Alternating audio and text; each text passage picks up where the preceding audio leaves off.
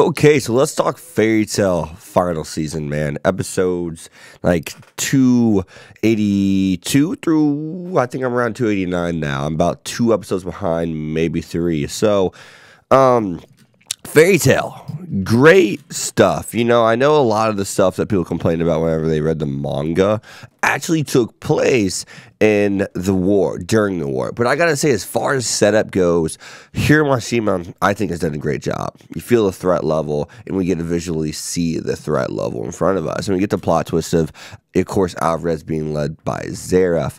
Now, where this really shines, the setup shines, is one, getting the guild back together. I thought whenever the guild finally got back together, it's really emotional, even for myself, because, once you spend 200 plus episodes, 200 like what, 70 episodes of a guild being a thing, being together, and being a guild.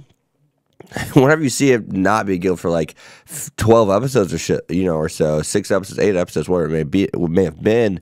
I mean, well, you count Fairy Tail Zero technically, and that's technically, source material. So there's 12 episodes right there. So about 18 episodes of them not being together, it really does wear on you. And I think people that watch Fairy Tail could agree with that. It wears on you tremendously, and I did not like it. It felt awkward. It felt wrong. And the way they set up Lucy's character about what if they really moved on and they don't want to rejoin the guild, What if they love the guild, but they have left it in the past. They haven't moved on with their lives. And that, it's something scary, because things like that do happen, you know what I mean? So that's crazy to think, man. It really is super crazy to think about. And it's just emotional when you see them all crying, you see them all there together.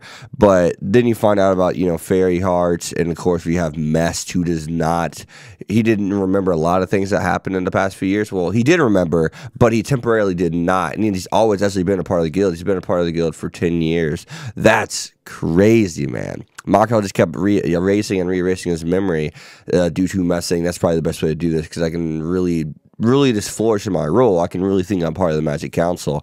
And it's all about Alvarez. And he found out that Face was destroyed, so that's why Makarov disbanded the guild after the Tartaros arc, because Face was the only thing that could stop these monsters.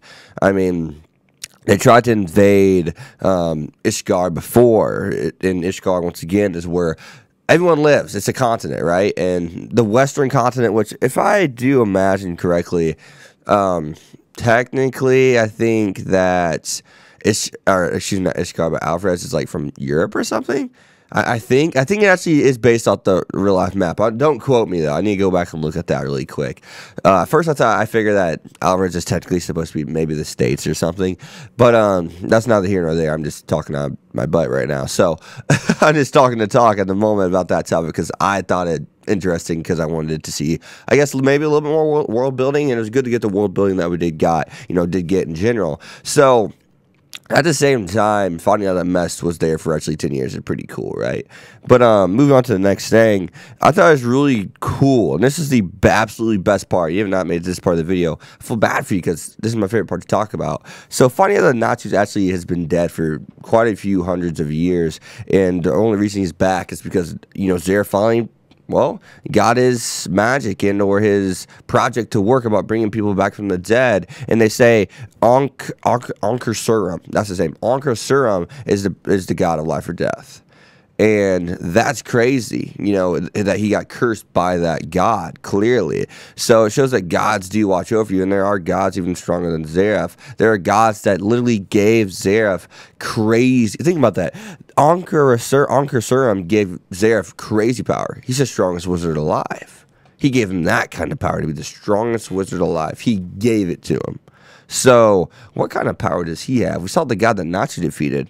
What kind of power does Ankur Suram have? That's a question that just blows my mind. And I know even people in the manga wondered if he was actually the last big bad boss. And I know we still don't know to this day, of course. We don't know if he's ever going to be the big bad boss that he is and there was. But that's all I really know. But no, I'm not going in any deeper, because I don't know a whole bunch about all that. So at the same time, seeing that he brought Natsu back alive just to kill him, we get to see all that kind of detail, right? We get all the context and the circumstances that make up the situation with Zareth and him wanting to make, why he made Natsu, wanting Natsu to defeat him, because he can't put himself down. He wants someone else to do it. So that's pretty cool. I really did enjoy that.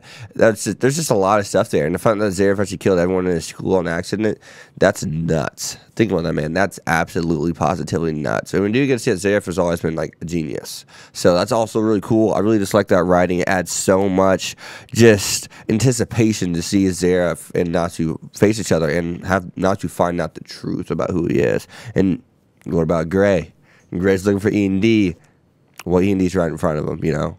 So, I mean, Ethereum, Natsu, Drag, Neil. So, that's going to be some crazy stuff whenever we actually get to see it, dude. It's going to be so nuts to see all this stuff. But, I think that, not Hero, but I think that, Makarov going over to Alvarez and finding out that Zareth was actually the big bad was just something else, man. We got to see a little bit of Agil sand magic. Think about that. He's always going to be really never at a disadvantage unless he's on water, right? I mean, think about how much he's always going to have so much power at his hands, just not from his own necessarily magic, but just his surroundings, because there's going to be so much material to his use. So Aji, we already see the threat level, and he's not even the strongest guy, doesn't seem like. We got to see Brandish's power. She shrank a whole island. That's nuts. That's absolutely positively nuts. But other than that, though, I believe the last thing we needed to talk about was maybe that was it. Maybe actually that was it. There's a lot of stuff I wanted to go over. Didn't want to make the video too long or anything. But at the same time, looking at this arc as a whole, seeing each character sort of kind of get picked up individually. I mean, if we're going to talk about Urza, her new powers, we're going to see Lucy's new powers and all the fan service that goes with it, of course. Gray, we can see his new powers. We can see how Wendy can just go into, Dragon Force mode whenever she wants. There's a lot of stuff going on. We get to see the abilities have improved. I want to see Mira. I want to see how much stronger she's gotten. I know they were talking about how much stronger she's gotten, right?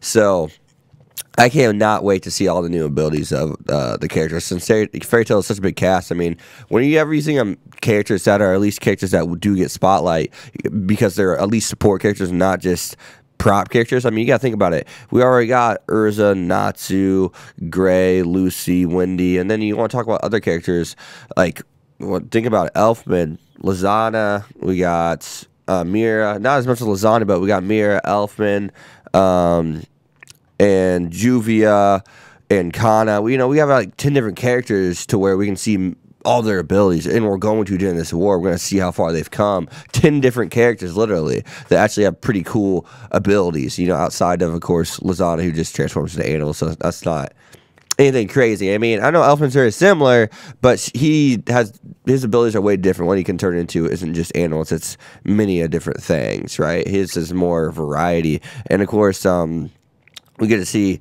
Mira. She has different forms, just straight up different forms. So that's always gonna be cool to see what she can do with those different forms. I mean, because we have 3 different forms, right? So yeah. Other than that, though, guys, hope you guys did enjoy the video. You get some hex. Be sure to leave a like, comment, subscribe, follow me to X25. I'll see you guys next time. Peace. Thanks for watching, guys.